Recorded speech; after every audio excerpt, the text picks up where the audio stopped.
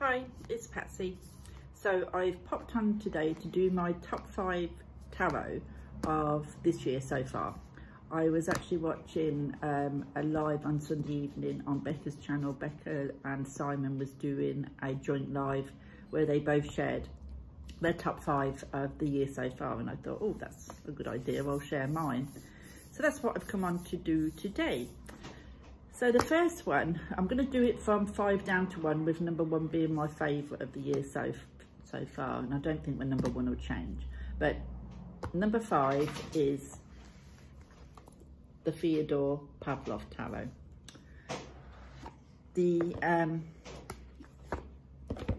book on this is one of those hardback. The book is really good, and actually when I pull cards in this deck I very often like to read what is written because I like how he writes and what have you. Took me a little while to press buy on this deck, really because of the price, but the quality of it, when I got it, when I eventually did say yes, I'm got to have it, when, you know, the quality of it really speaks for itself, so you can understand why it was that little bit more pricey than the regular mass market. But I adore this deck. It reads like a dream. I love the diversity, I love the artwork, I love the book that comes with it, I love the coloration of it all. It's just, I love everything about this deck. It is beautiful, and I use it an awful lot as well. And when I got it, I was like, why did you hold off so long on pressing that buy now? Because originally I did put it on pre-order, and then I took off because I was like, I don't think I can justify that kind of money on a mass market deck. But the quality in that of it isn't like its mass market. This is one of my favourite cards. I absolutely love that one. But there's so many in this deck that I do like, and it speaks to me really well, and like I said, it does some lovely readings. So yeah, this has fast become a favourite of mine. So that's coming at number 5, and I am really enjoying that deck. So that is the Theodore Pavlov tarot. So my number 4 is another one that was, I had this on pre-order, the Unfolding Path Tarot by Athene Noctua. This was an independently produced deck, and I saw it as an independent deck, and I actually loved it then, but I didn't buy it. And when I see it was coming mass market, I pre-ordered straight away, and I got this come a few weeks ago. And it's very modern, it's very beautiful, the artwork is stunning. There's a lot of diversity in this deck as well, and it's one of those decks you can read for other people because it is so modern and up to date. Like, you know, they'll probably be able to look at it and get something from it themselves because it's very up to date sort of style of imagery. So it's lovely. Card stock is wonderful. I don't think there's any changes been made from the independent to the mass market.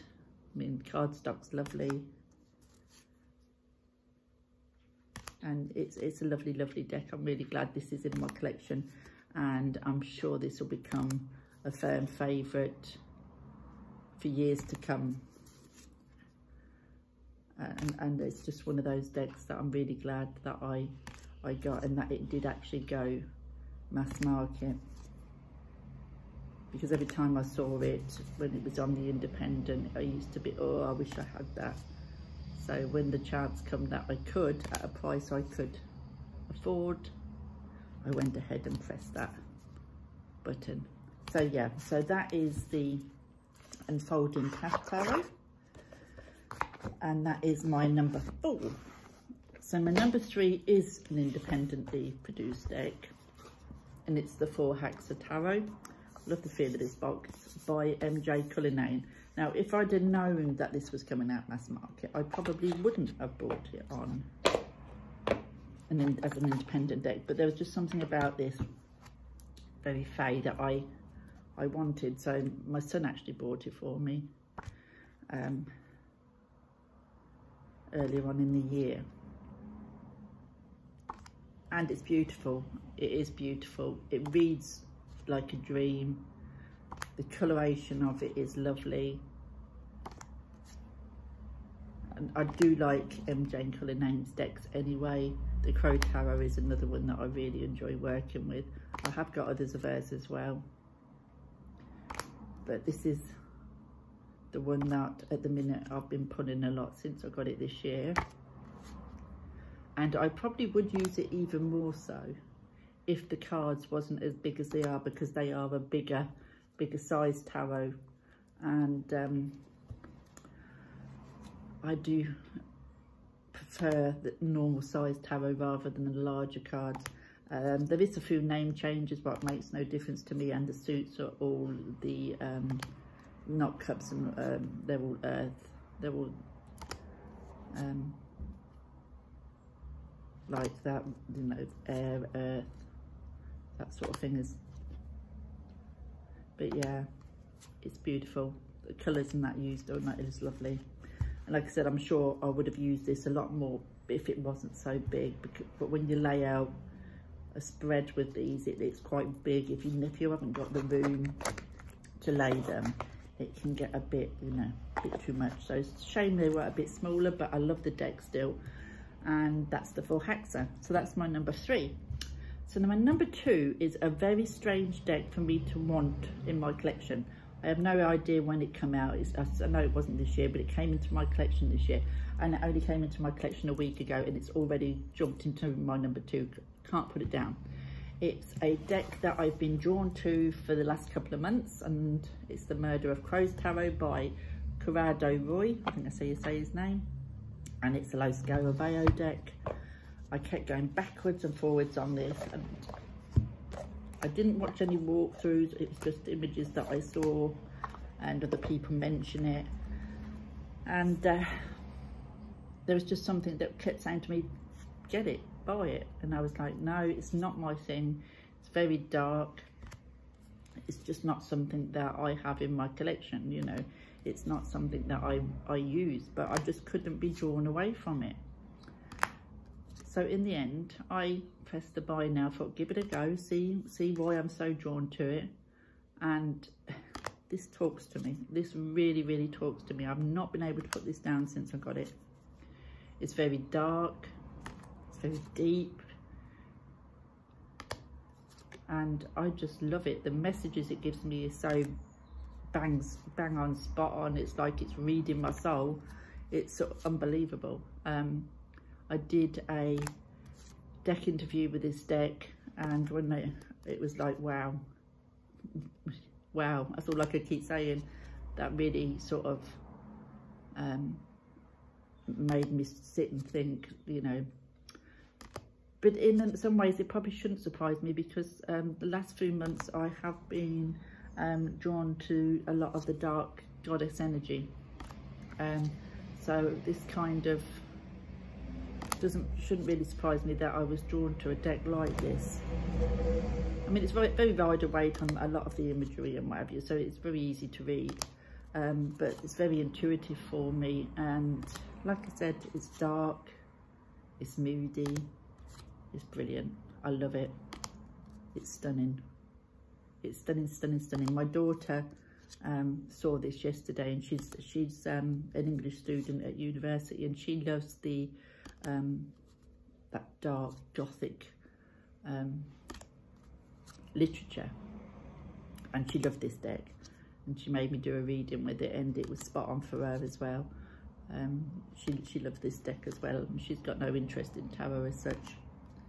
But yeah, this one jumped straight into my top 5, and at number 2 from my favourites this year, and this I know is going to stay a firm favourite of mine.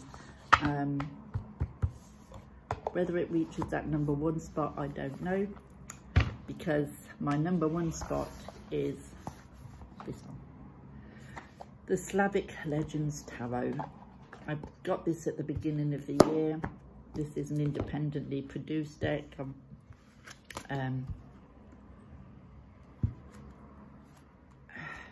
Oh, did I show you the back? I didn't. Oh, there's something gone wrong there. I've got something turned.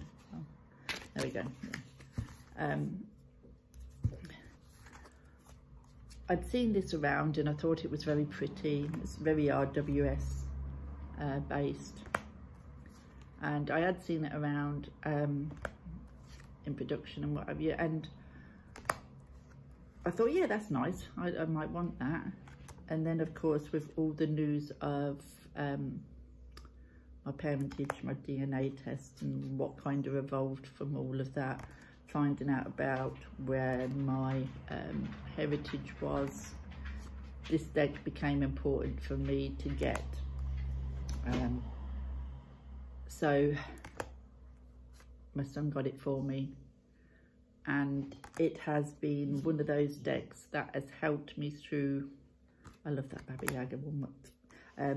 It has helped me an awful lot in my journey since finding out about my heritage and everything what kind of went with it.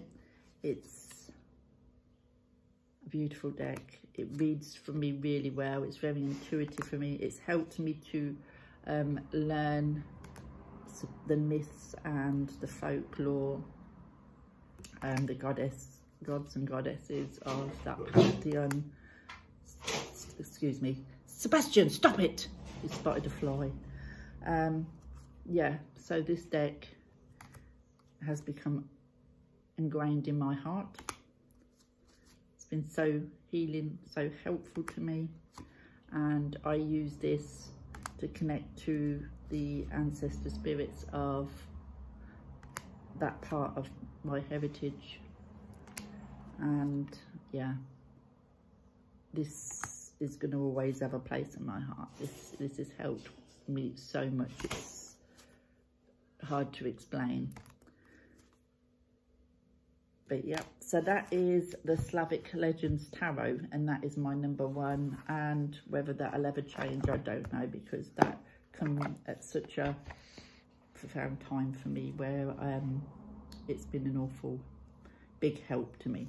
So that is my top 5 decks that I received this year. They may change by the end of the year because I have other decks coming in. They may not. I know the Murder of Crows will always be in there, and I know the Slavic Legends will always be in there. But we will see about the other ones. But yeah, nice to kind of just jump on and do this. And I will speak to you all soon, and you'll have to let me know what your top 5 are for this year. And I will speak to you all soon. Bye.